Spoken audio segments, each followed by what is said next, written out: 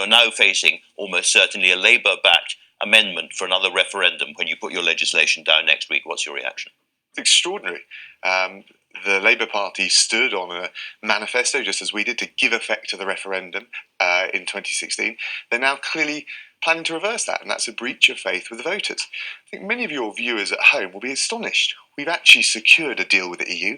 A lot of people said the Prime Minister couldn't do that. He's got that deal. We seem to have the numbers in the House of Commons. Why hasn't Parliament pushed this through? That's what we're going to do next week. But if they get their amendment, then your deal will get through next week. I'm sorry, I don't buy the twists and turns in that logic. We've got a deal. Why would you have a second referendum if you're going to give effect to Brexit? Well, the advantage of the deal is it deals with the, I think, legitimate concerns some have about a no-deal Brexit. Oliver Letwin has said, he was one of the authors of the motions on Saturday. He said that he will now vote with the deal. I think a lot of people think, get this done. We've got a deal. People had written the Prime Minister off. He's confounded the doubters. We seem to have the numbers in the House of Commons. If you look at from the ERG to the... We don't know that yet, We don't know that. But No. From what people said, and I take people at their word, and I think a lot of people say, get this done, move on. And actually, Keir can't answer the question of which way they'd campaign, but it seems pretty clear Labour would look to campaign to reverse Brexit. He can't answer the question of when we'd have a general election. We asked for a general election. The only leadership in all of this to take Britain forward is coming from Boris Johnson. Well, let's look at the deal that he's done, and you say is a very, very good deal. Going forward, after this is all signed and sealed, if it is signed and sealed, are we going to be more regulated and higher taxed as an economy, or less regulated and lower taxed as an economy? Well, I think the general election that we should have to give the voters their say on the future direction will settle that. But let me just give you a concrete example. We've had a Queen's speech where we've set out an environmental bill to make sure we are not just in Europe complying with standards, but world leaders. We've got an employment bill based on the Taylor Review to make sure we've got the best workers' rights. We've, unemployment at its lowest level since 1974. Sure. I would say this, I think workers are far safer under a Conservative government, given our economic record and the protections we're putting in place, than they would be under this shower of a Labour Party. But what you haven't answered is my basic question, because there is no point, is there, in taking workers' regulation and environmental protection out of the legally binding withdrawal agreement and putting into the non-legally binding political declaration if you want to improve them, because you're allowed to do that anyway. The only reason for transferring them is to make them less. Otherwise, why bother doing it? No, the withdrawal agreement just deals with the so-called divorce proceedings from the EU. We've said that there will be a level playing field provisions in the free trade deal we do with the EU, the second phase. But we're basically saying is these issues of employment rights, environmental protections are so important, and the circumstances in the UK are obviously different. Each country is different. We actually should make sure that politicians, whether it's Oliver Letwin, Keir Starmer, or me, are accountable to the voters watching the show. Why would you abdicate responsibility for those issues if they're so important? Or why would you move them out of a legally binding part of an agreement into a non-legally binding part of an agreement? The answer might be what Boris Johnson has always said about those kind of things. Let's just listen to him. The weight of employment regulation is now backbreaking the collective redundancies directive, the atypical work directive, the working time directive, 1,000 more such regulations. The Health and Safety at Work Framework Directive, which means all businesses of whatever size had to keep written records of their risk assessments, even if it turns out that the risk is nil. And the total cost of this legislation for EU-generated employment law for the UK alone, for British business, is estimated to be about 8.6 billion a year. Now, he hates all this kind of stuff, you hate all that kind of stuff, and after we've left, you're going to get rid of it. No. No? No, let me explain that to you. great big burden, you're going to keep listened very carefully to under your long clip. The fact of the matter is we've got a very strong small business culture. The nature of our economy is different from some of the other continental economies.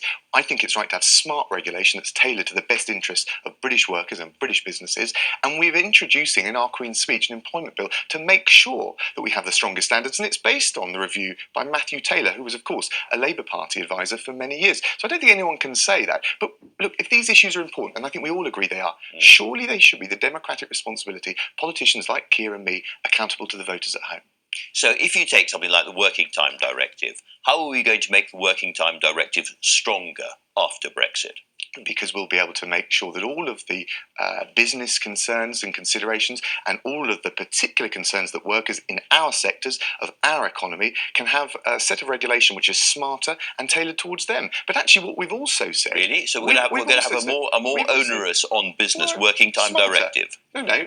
But we've said that we will stick to all of the regulations at the point at which we leave the EU. But in the future, as our economy evolves, as we see shifts in the patterns of the way workers and the work-life balance evolves, we should be responsible to the voters at home for quite how that balance is calibrated. That puts them in control. That's what this referendum, that's what Brexit was all about. This is terribly difficult for mere mortals to understand, because if you listen to people on your side of the argument, they're very, very clear. Here's Priti Patel, for instance, during the referendum campaign, I beg your pardon. She said, if we could just halve the burdens of EU social and employment legislation, we could deliver a £4 billion boost to our economy and 60,000 new jobs. It was very clear, and it makes, in its own terms, a lot of sense. Too much regulation, leave the EU, get rid of some regulation, and let the economy grow faster. I'm surprised that you seem to find this so difficult. No, given where you come from. No, where do I come from?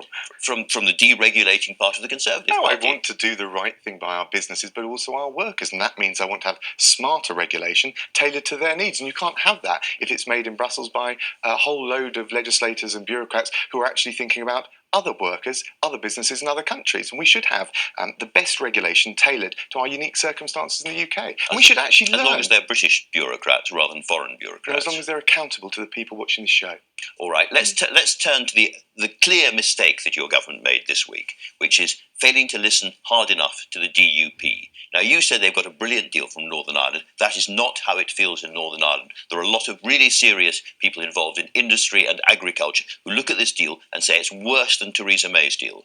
Well, I don't accept that. We've made sure that Northern Ireland will stay within the UK customs territory. That means that we've guaranteed the smooth flow east-west between Great Britain and Northern Ireland. We've at the same time made sure there's no any infrastructure at the border with the Republic. And we've secured, this is the win for Northern Ireland business, on top of all of that, seamless access to the European single market. Now, I know that there are concerns from the DUP. I've listened, I talked to Nigel Dodds yesterday in the House of Commons. We respect them, we'll keep talking. But we've also secured a consent mechanism, which means in relation to those limited agri-food and industrialised goods regulations that Northern Ireland would stay aligned to as the price, if you like, for that seamless access to the EU and to respect the Good Friday Agreement, they have a consent mechanism, which means they decide on a majority in the Northern Ireland Assembly, not just once, but every 4 years. I think that's a good deal. That's the democratic lock. Well, you say it's a good deal. Just one final thing. That democratic lock was not there in Theresa's deal.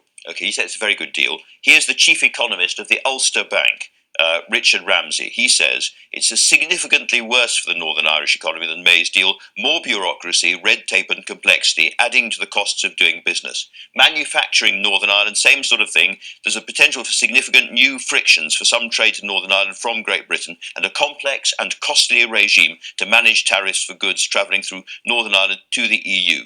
The Ulster Farmers Union and the food and drink industry say exactly the same thing. They all think this means more bureaucracy, more friction, and it's bad for them.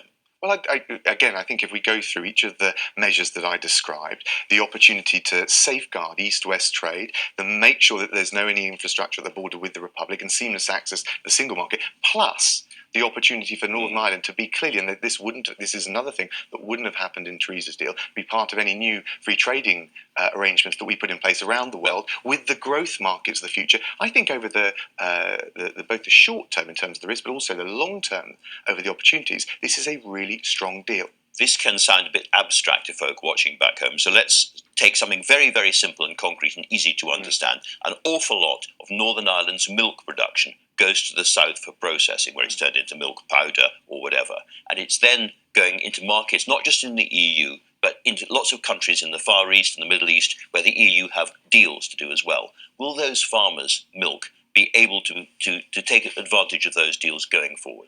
So which deals do you want them to take advantage of? The deals between the EU and Far Eastern countries, for instance. So Northern Irish milk is going into cheese or milk powder, whatever, which goes into the EU and then goes to the Far East. Will that carry on happening? So there's two aspects. One, in relation to the free trade deals the EU has, we're making sure we've got as many of them in place from day one. And if we sign the deal that we've got with the EU, and we put it through Parliament, we'll have the implementation period to make sure... So you don't really know at this point? Well, hold on. We make sure we keep all of those in place. We've made huge progress on that.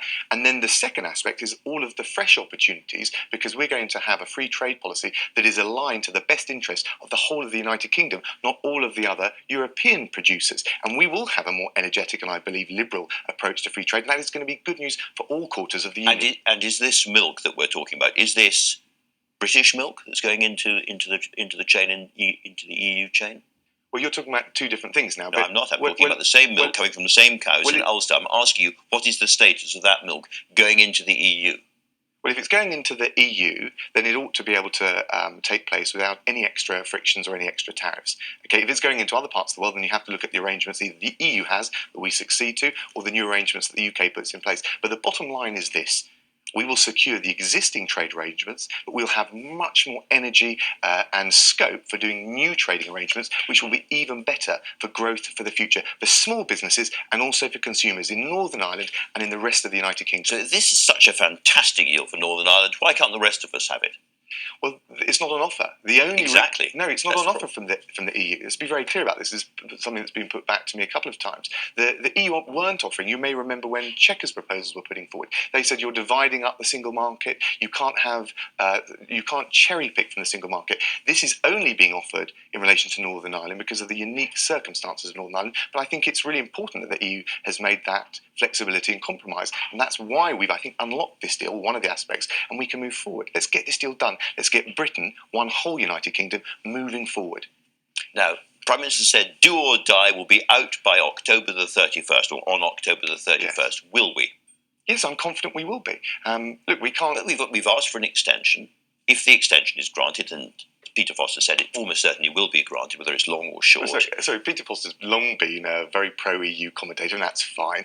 He's a very good journalist. He wouldn't agree with that. He's a very good journalist. He's very, very plugged in. Look, my point would be this. The Prime Minister has done exactly what he said he was going to do. He has complied with the law. So Parliament's request has been conveyed to the EU. He's also, as you know, you've been commenting about it today, made very clear in a separate letter that his view hasn't changed. Parliament can't muzzle the Prime Minister. He doesn't want an extension. But above all, he's proved the doubters wrong this week by getting a deal that can pass through the House of Commons and getting the EU to move. People said, I mean, it wasn't so long ago that people like Peter Foster and others, and many of the people commentating on your show, said there's no way they would open with the withdrawal agreement, let alone agree fresh arrangements. He's achieved all of that. Let's just go back to the basics. He always said he wouldn't ask for an extension. He has asked for an extension, and Donald Tusk has already tweeted that he's received the application for an extension. Unless the EU changes its mind dramatically and says you can't have an extension, we will have an extension. So that doesn't even follow in terms of what you just said. Donald Tusk has acknowledged that he's received the request. Yes. There's many people in the EU that are deeply uncomfortable about more delay,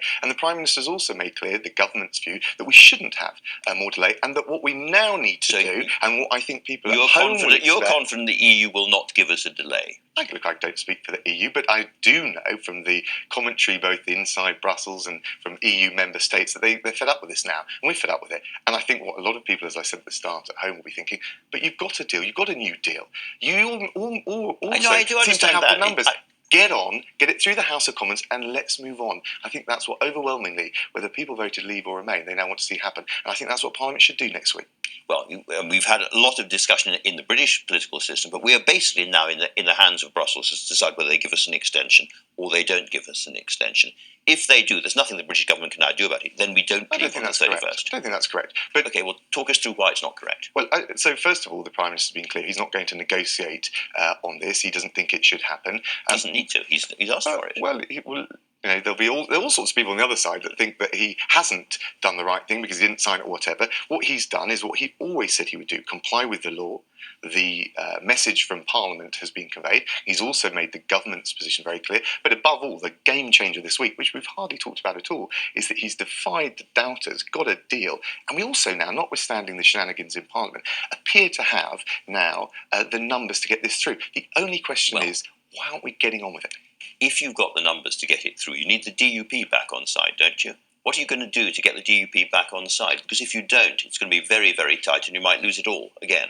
Well, because there's always possible. We believe we've got the numbers, and we'll keep talking to the DUP and see if there's further reassurances that can be provided. But we've got a good deal for every quarter of the United Kingdom, and I think ultimately now, whether you voted Leave or Remain, the polling all backs this up. People just think, get on with this, get this done, let's move on. And only the government, and only Boris Johnson, if you listen to what Keir was saying, or anyone else that's commentating on this, only the Conservatives have got this plan under Boris to get us moving forward. Let's assume that it all goes well for you next week, that you see off the motion on the referendum and you get your legislation through the Commons next week, and you're on course, and we leave before October the 31st or immediately after October the 31st, but we leave soon with the deal that's been negotiated. Let's assume all of that. We then go through a year, almost exactly, of negotiating about our future trade arrangements, which will be difficult. Let's be clear. It won't be very easy. If at the end of that year we haven't got an agreement, we leave without a deal. It just delays the thing for a year. Well, one of the things I looked at when I was... Is that true? One of the things I looked at when I was Brexit Secretary is whether in the withdrawal agreement we could bind the EU to actually do the free trade agreement. And what we've got is a best endeavours clause, which says that we'll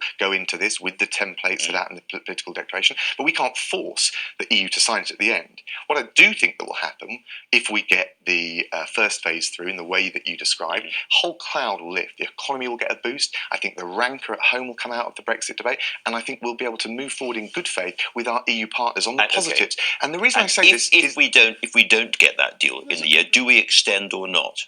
Would we say no extension, that's it? I think the Prime Minister's been clear, we don't want an extension, we want to get it done. People said that he couldn't get a deal on the withdrawal agreement, and he's done it in very quick time. I think we should be ambitious, confident, and go into this with the right spirit. And I don't just say that in terms of reaching out and bringing people together back home, but also actually saying, look, our EU partners are friends. We've done this deal, let's get a positive future relationship, and let's get Britain moving forward. It's been a very interesting conversation. Dominic Raab, thanks very much for